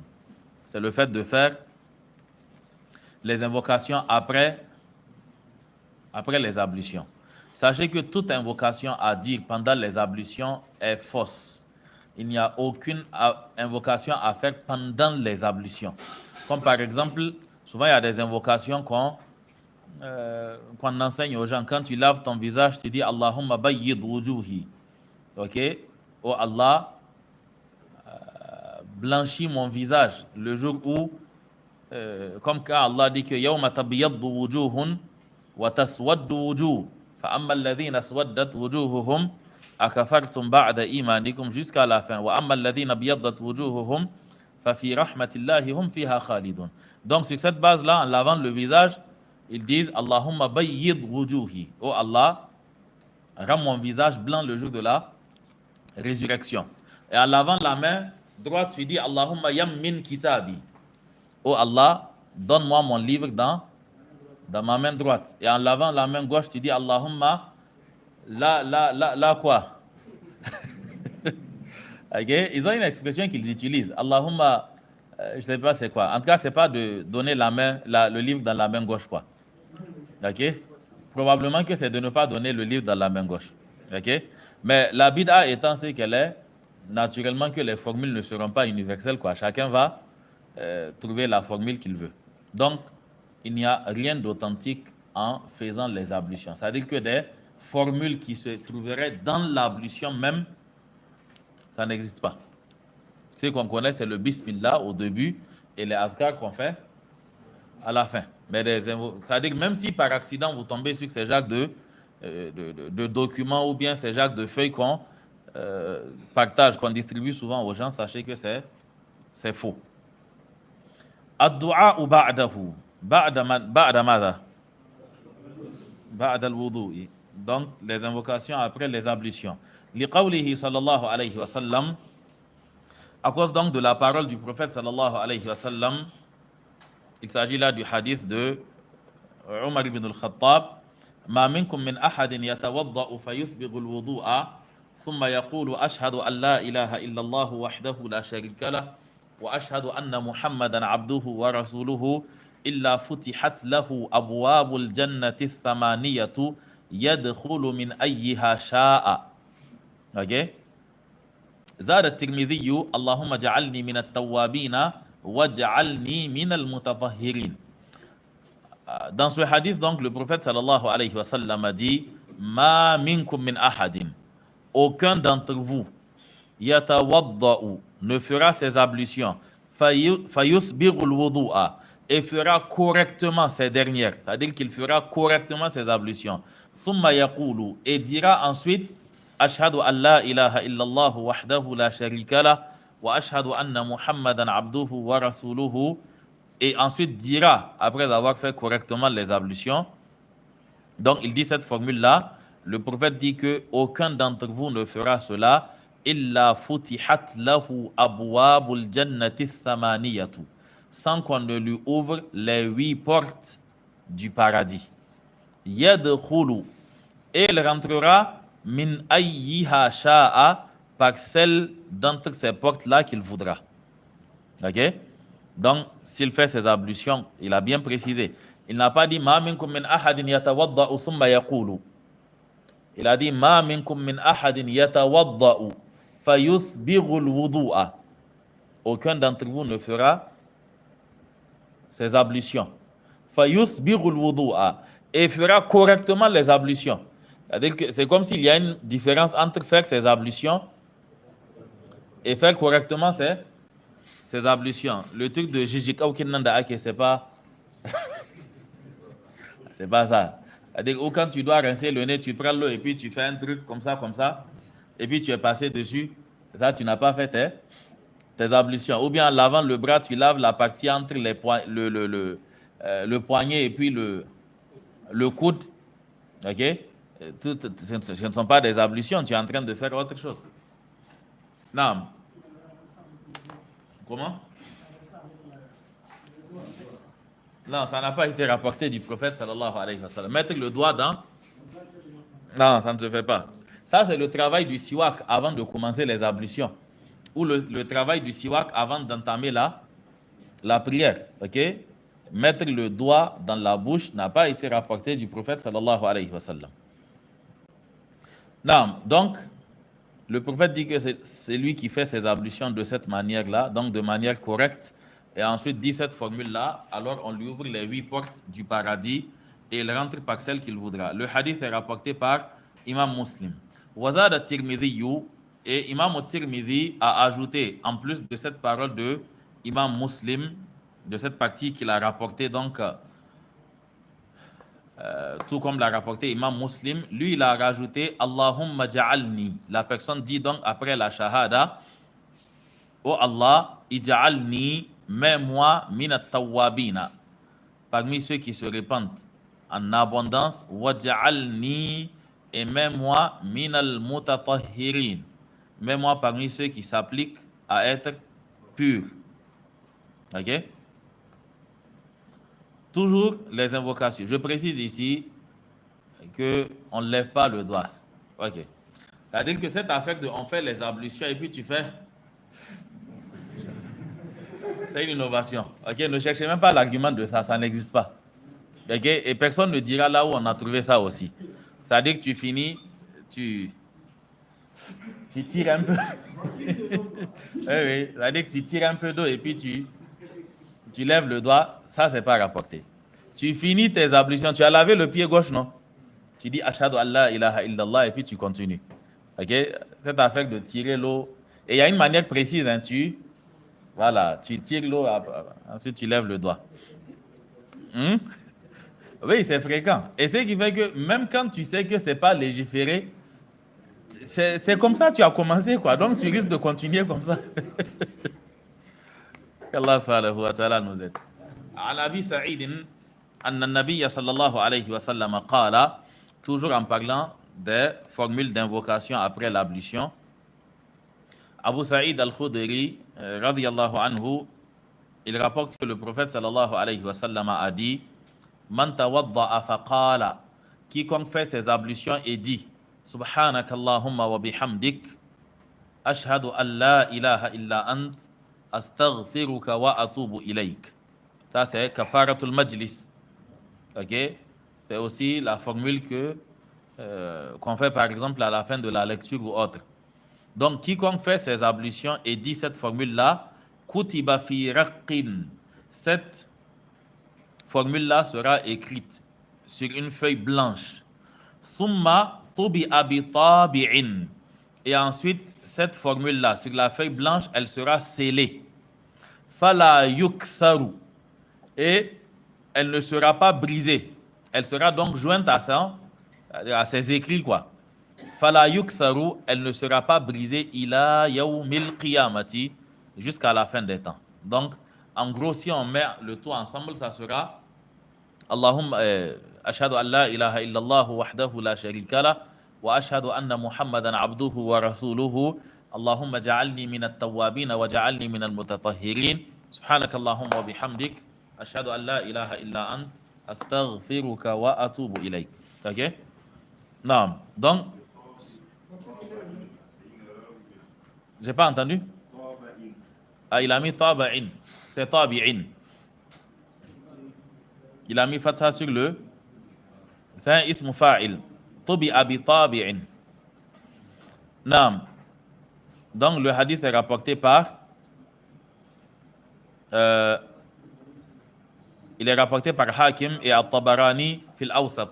Il dit que walam yasihha fi ad-du'a'i athna al-wudu'i walam yasihha fi ad-du'a'i athna al-wudu'i shay'un. Rien d'authentique n'a été rapporté pendant les ablutions. Je suis en train de lire ça dans la note de bas de page. OK? Donc, rien d'authentique n'a été rapporté sur des invocations à dire pendant les ablutions. Le dixième acte recommandé, donc toujours pendant les ablutions ou bien après les ablutions, c'est salatu raka'atayn ba'dahu. C'est le fait d'accomplir 2 rakats après les ablutions.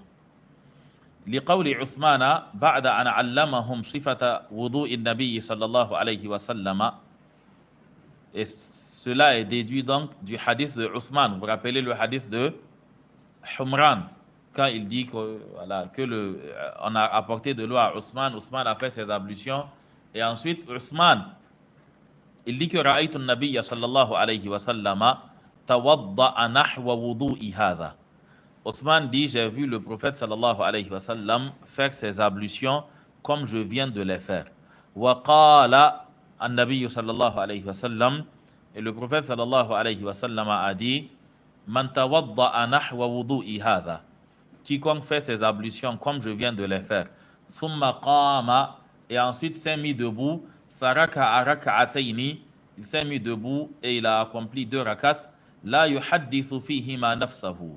Et pendant ces 2 rakats-là, on a déjà expliqué cette partie-là, la yuhaddithu fihima nafsahu, c'est-à-dire qu'il ne s'est pas adressé à sa personne en fait. Pour dire qu'il n'est pas rentré dans des réflexions profondes, dans des analyses profondes où tu discutes avec toi-même, tu dis, tu te demandes, tu dis, tu corriges, et finalement tu ne sais plus dans ce que tu es en train de faire. Tu ne sais plus c'est quelle partie de la prière que tu es en train d'accomplir. S'il prie sans avoir cela, et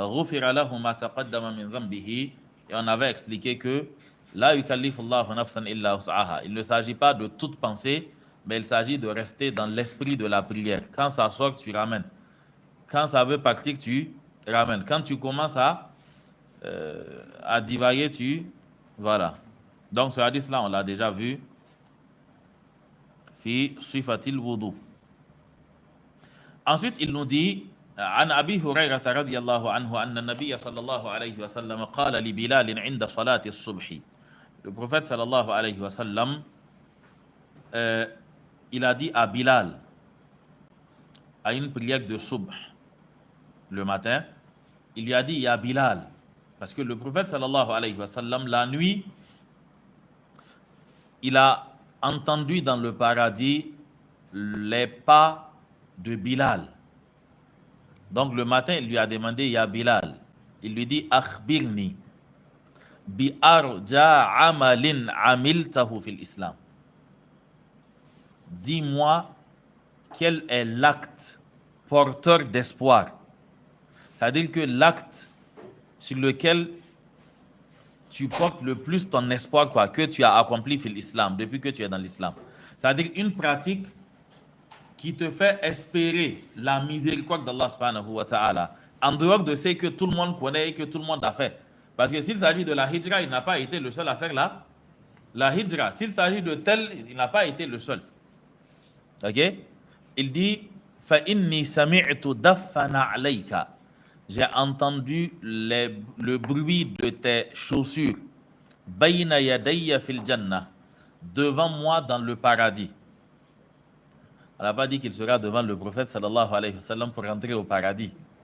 Ok? Là, on ne parle pas en train d'entrer. C'est pas l'entrée dans le paradis, c'est dans le paradis. C'est déjà à l'intérieur. Ok? Qala, Bilal dit, ma amiltu amalan arja indi. Je n'ai pas accompli une action porteuse d'espoir pour moi, si ce n'est le fait que anni lam atatahhar tuhuran. Si ce n'est le fait que je ne me purifie pas une seule fois, fi sa'atin, à n'importe quel moment, min laylin aw naharin, qu'il s'agisse du jour ou de la nuit, illa sallaytu bi dhalika at-tuhuri, sans que je n'accomplisse avec cette purification, ces ablutions-là, ma kutiba li an usalliya, sans que je n'accomplisse avec ces ablutions, c'est qu'Allah m'aura permis d'accomplir. Le minimum rapporté par Ousmane, c'est 2. C'est-à-dire que ce qui est rapporté de Ousmane, c'est 2 rakats. Maintenant, à travers l'approbation du prophète sallallahu alayhi wa sallam pour ce qu'a dit Bilal, on comprend qu'après les ablutions, on peut faire 2 ou plus. Ok? On peut faire 2 ou plus. Parce que Bilal dit, sans que je n'accomplisse avec cette purification-là, c'est qu'Allah m'aura permis d'accomplir. Ok? Sauf dans le cas où on rentre dans d'autres éléments qui interdisent la prière, ok, certaines heures. Mais pour ces 2 rakats-là, même après, quel que soit même dans ce qu'on appelle awqatun nahyi, on peut les accomplir. Ok? C'est-à-dire que si tu as fait tes ablutions après la prière de Asr, regardez bien les termes utilisés par Bilal. Lam atatahhar tuhuran fi sa'atin min laylin aw naharin. À n'importe quelle heure du jour et de la nuit sans prier. Et le prophète a approuvé cela. Cela signifie que pour les ablutions, quel que soit le moment, si tu les fais, tu as le droit d'accomplir ces 2 rakats-là. Ok? Non.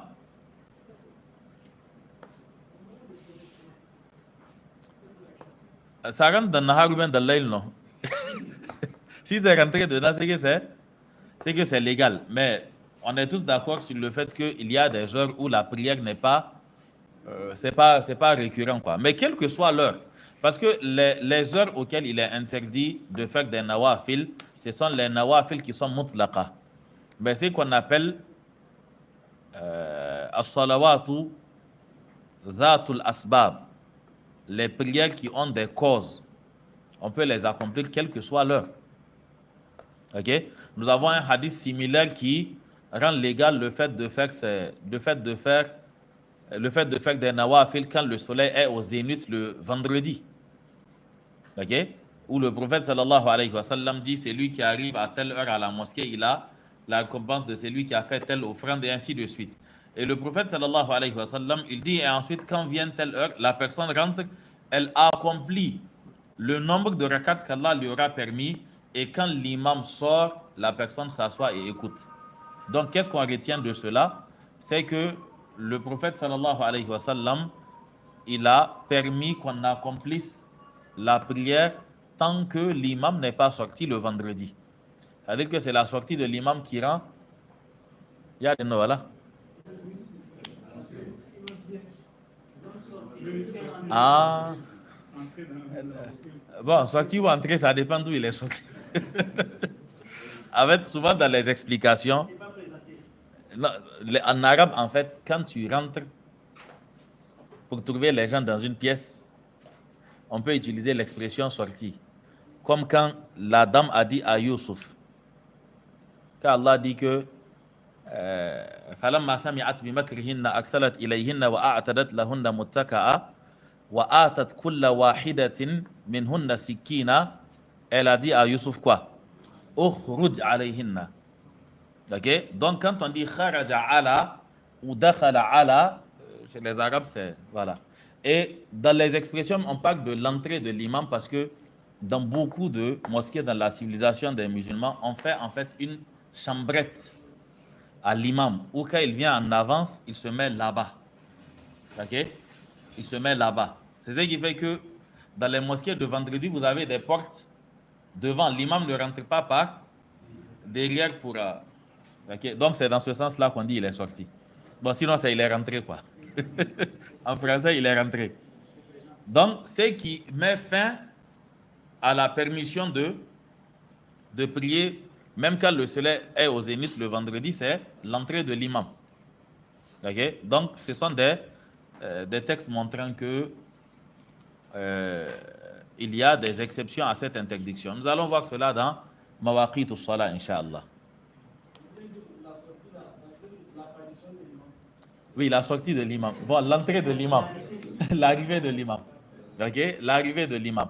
Et plus précisément, après l'azan de l'imam. Après l'azan qu'on fait devant l'imam, quoi.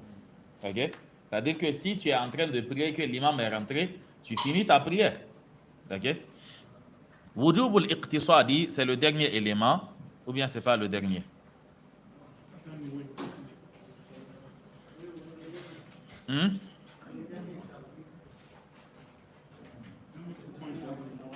Non, il y a un petit point. Ok, c'est simple. Wujub al-iqtisadi fi ma'il wudu'i. L'obligation de faire preuve de modération dans l'eau à utiliser pour les ablutions. Wa hurmatul israfi fihi, et l'interdiction de gaspiller. Il est obligatoire d'utiliser une quantité raisonnable en faisant ces ablutions. An Anas ibn Malik, An Anas qala, il est rapporté de Anas qu'il a dit, كان النبي صلى الله عليه وسلم يغسل أو كان يغتسل بالصاع إلى 5 أمداد. Le prophète sallallahu alayhi wa sallam, avec un sa' ou 5 mouds, ok, il se lavait avec un sa' ou 5 mouds. Un sa' ça fait combien de mouds? Un sa' fait 4 mouds. Le prophète sallallahu alayhi wa sallam, il se lavait avec ça 4 fois ou encore 5 fois.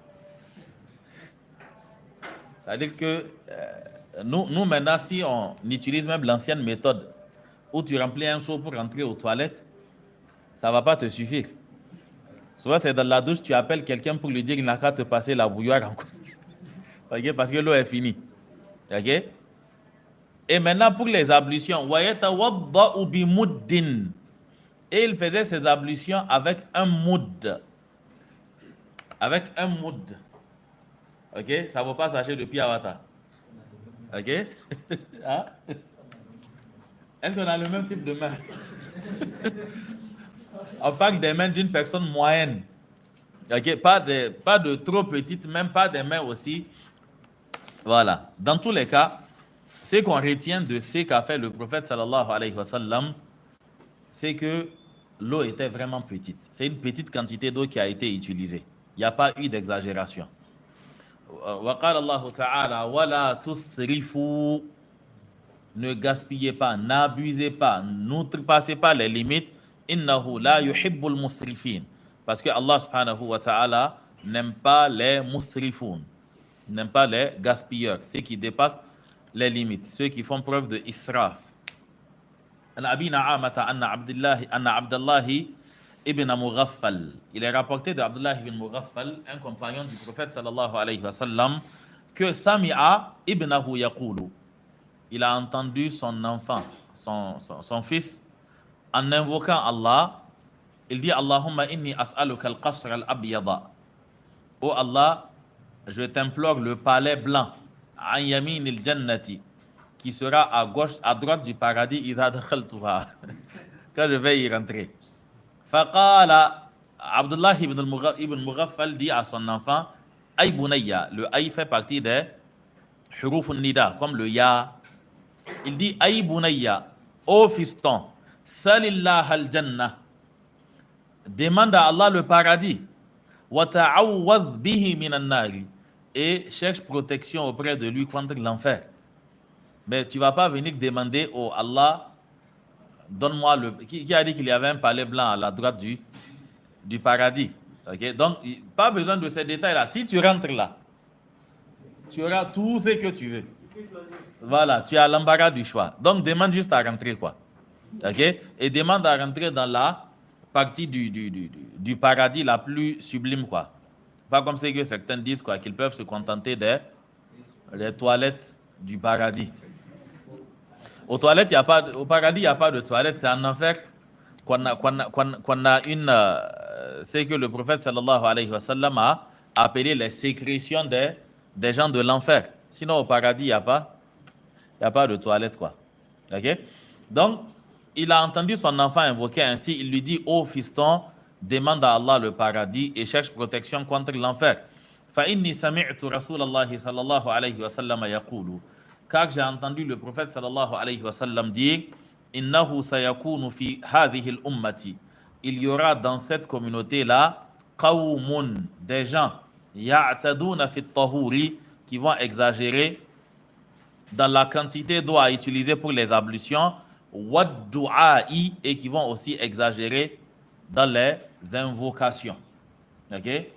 Exagération dans les invocations, c'est connu. Al-i'tida'u fi ad-du'a, les savants l'ont recensé dans leurs documents. Imam al-Nawawi dans Al-Adhkar, Al-Shawkani dans le commentaire, ou bien plus récemment, Bakr Abu Zayd dans Tashih al-Du'a.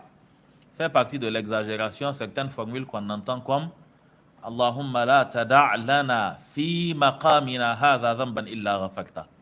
C'est-à-dire que tu es en train de fixer un délai à Allah, quoi. Oh Allah, ne nous laisse pas dans notre lieu-ci un péché sans nous le pardonner. Ok?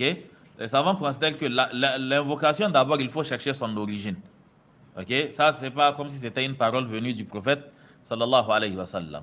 Mais l'utilisation n'a pas de souci. Mais pas avec la précision fi maqamina hadha. Parce que fi maqamika hadha tas'alu ashya'a mustahila. Dans ton lieu là, tu es en train de demander certaines choses même qui sont impossibles. Parce que tu dis wala azaban illa zawajta. Oh Allah, ne nous laisse pas dans notre lieu là. Ne laisse pas un célibataire sans le marier. Vous qui êtes en train de prier, comment on va faire pour le marier? Ce sont des choses qui ne sont pas possibles. Donc il y a al-i'tida souvent dans les formules. Ou bien souvent, Allahumma inna nas'aluka bikulli alifin ajran wa bikulli ba'an baraka wa bikulli tha'an habadallah. Ça n'a aucun sens. Prendre les lettres de l'alphabet et puis dire que pour tout A qu'on a lu, On te demande ajran, pour tout ba, baraka, pour tout ta, tauba, pour tout sa, sawa, pour tout jim, wanini. Ça, c'est de l'exagération. Les formules d'invocation du prophète sallallahu alayhi wa sallam étaient toutes simples. Aisha radiyallahu anha, elle dit que la plus récurrente c'était Rabbana atina fid dunya hasana wa fil akhirati hasanatan wa qina azab an-nar. Tu as tout demandé dans la vie d'ici-bas comme dans l'au-delà. Mais si tu veux invoquer précisément, il n'y a pas de souci, mais il ne faut pas exagérer. Ok? Parce que souvent dans les formules en arabe, ce n'est pas évident que tu puisses trouver exactement le type de véhicule ainsi que la motorisation que tu cherches, quoi. Donc là, tu peux rentrer dans certains détails et puis voilà. Mais on n'exagère pas dans ces formules-là. La dernière phrase, c'est celle de l'auteur de Aoud al-Ma'boud, donc Shams al-Abadi, bien vrai qu'il ne soit pas le seul auteur. وقال صاحب عون المعبود. عون المعبود, c'est un sharh, c'est un commentaire de Sunani Abi Daoud. Ok, c'est le commentaire de Sunani Abi Daoud. Ajma' al-ulama'u. Les savants sont tous unanimes. Ala nahyi anil israfi, sur l'interdiction de gaspiller fil ma'i, dans l'eau. C'est-à-dire l'interdiction de gaspiller de l'eau quand on fait les ablutions. Il dit walau fi shati'il bahr, même quand on est à la plage, c'est-à-dire que tu es là et puis il y a un cours d'eau qui passe. Wa hadha al-hadith, et ce hadith que nous venons de citer, yatanawalul ghusla wal wudu'a. Ce hadith-là concerne aussi bien al-ghusla, le grand lavage, wal wudu'a, les ablutions, wa izalatan najasati, et ainsi que le nettoyage quand on est touché par une impureté. Donc là aussi, on ne gaspille pas. Pour toutes ces choses-là, on doit agir de manière modérée. Non. Donc c'était le dernier point. Et la semaine prochaine, Inch'Allah, nous allons voir Nawaqidu al-wudu'i bi'iznillahi ta'ala. Les actes qui annulent donc l'ablution. Il y a une question qui a été posée.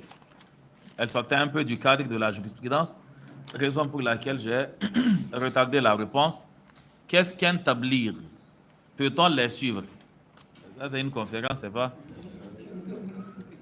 Quand on parle de tablir, on parle de la mouvance ou bien du mouvement qu'on appelle jama'atut tablir, qu'on appelle souvent jama'atut da'wa, vous suivez? Qu'on appelle jama'atut da'wa ou bien qu'on appelle al-ahbab. Donc selon les lieux, ça diffère. Selon les pays, souvent on les appelle les daïs.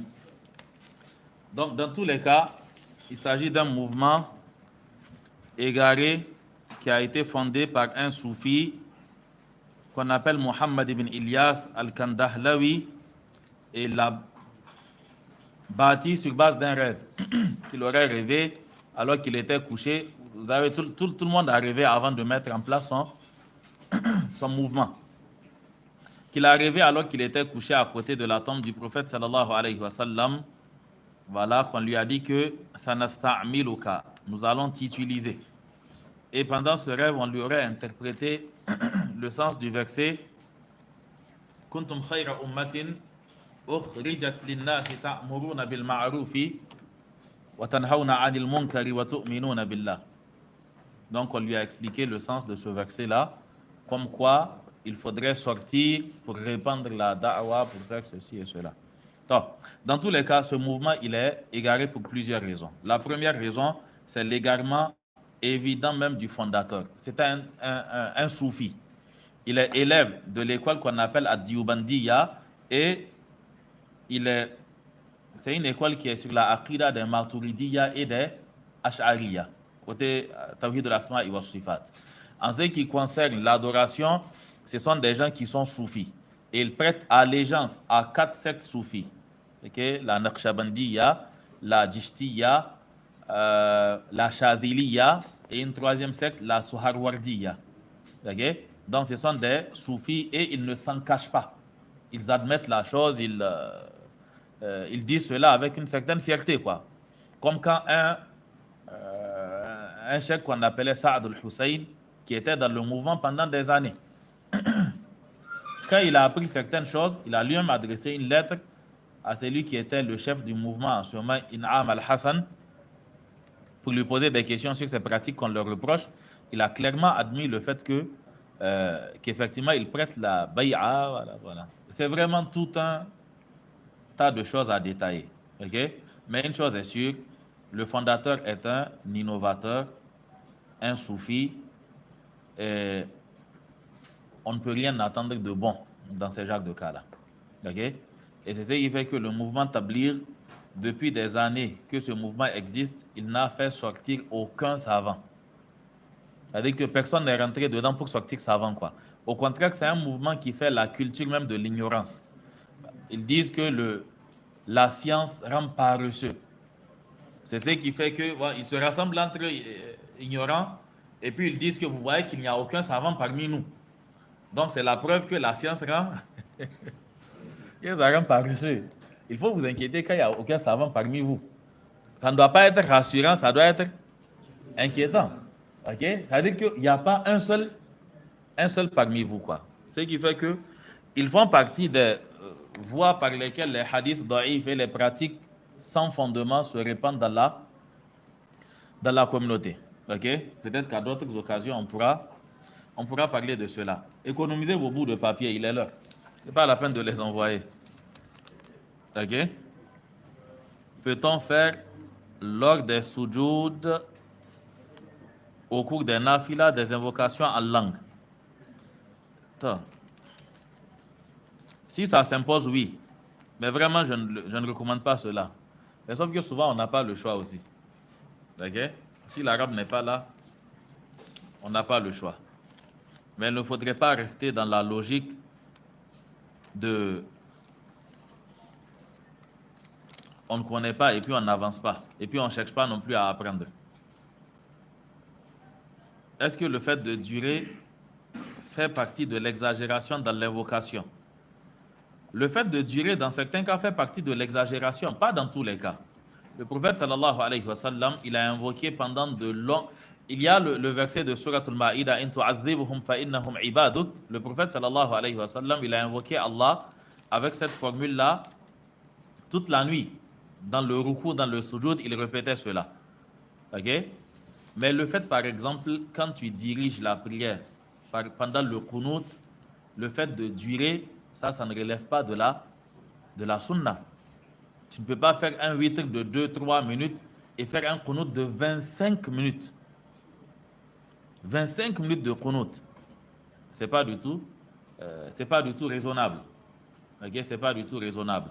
Parmi surtout ce qu'on appelle le qunut des nawazil. Le qunut qu'on fait à cause d'une situation particulière.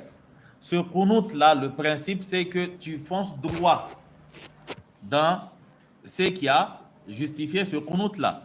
Mais pas que tu viens demander le mariage aux célibataires, la wanene à wanene. Pas à chaque fois ça, quoi. Ok?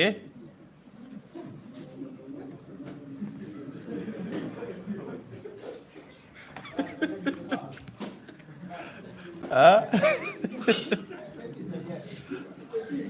Non, c'est pas. Souvent c'est pas expressement fait. Hein. Mais disons que c'est l'exemple qui revient plus facilement. Ok? Parce que pour les autres éléments, tout le monde cherche ça. Si c'est l'argent, tout le monde cherche ça, quoi. Mais lui, le célibataire, son cas est un peu spécifique, quoi. Donc, c'est pour ça, c'est l'exemple spécifique qui vient à l'esprit. Donc, quand on fait le qunut à cause d'une situation pressante, une situation d'urgence, une calamité qui atteint la communauté, c'est directement ce qu'on invoque. Okay? J'avais écouté le qunut d'un savant, yéménite, je pense. Il avait fait moins de 2 minutes. 1 minute et quelqu'un, pendant que le truc de la Palestine avait commencé. Droit au but. Droit au but. Allahumma, nous te demandons telle chose. Oh Allah, fais telle chose avec les mécréants. Et puis c'est fini. Mais les gens, ça dit que tu fais le qunut pour cela et puis tu consacres à peine 10, 15, 30 secondes à la chose et puis tout le reste c'est d'autres choses, quoi. Ok? Non, ça n'a rien à voir avec la durée. Okay? Il faut plus aller droit au but, quoi. Le principe, quand on fait des invocations, on est ferme, on demande clairement ce qu'on veut et on avance. Mais pas venir chantonner, voilà, pleurer, chanter. Déjà que le fait de chantonner, les doigts ne font pas partie de la sunna du prophète sallallahu alayhi wa sallam. Non. On va arrêter. Non.